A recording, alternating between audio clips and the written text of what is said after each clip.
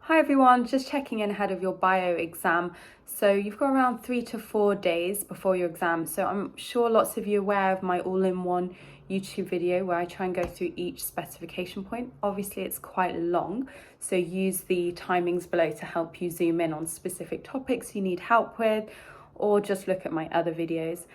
Now, do make sure that you've practiced your graph drawing so you know when you're drawing a line graph. So that's with continuous data.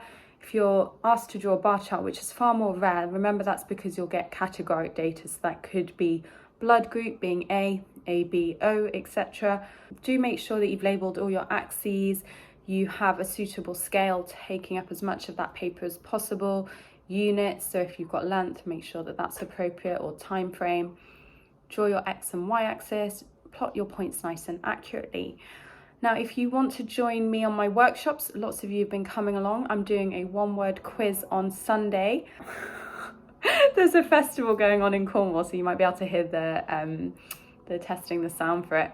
But yeah, that's happening on Sunday, at 10:30 this Sunday morning. So if you came on my bio revision course, you know exactly what that will entail, but we're going to be doing a really quick run through of all those key terms and making sure you guys understand them and can define them. So I'm really excited to see lots of you there. The details are on the website, SwH Learning. So do make sure you're answering as many past paper questions as possible. It's really great to have all that content nailed, knowing your key definitions, the difference between prokaryotic and eukaryotic organisms. Eukaryotes have that distinct nucleus. They have the membrane-bound organelles such as the chloroplast and the mitochondria. So things like animal cells, plant cells and fungi are good examples of eukaryotes. The prokaryotes do not have the distinct nucleus. They don't have membrane-bound organelles. So you're looking at things like bacteria with their circular chromosomes and their plasmids.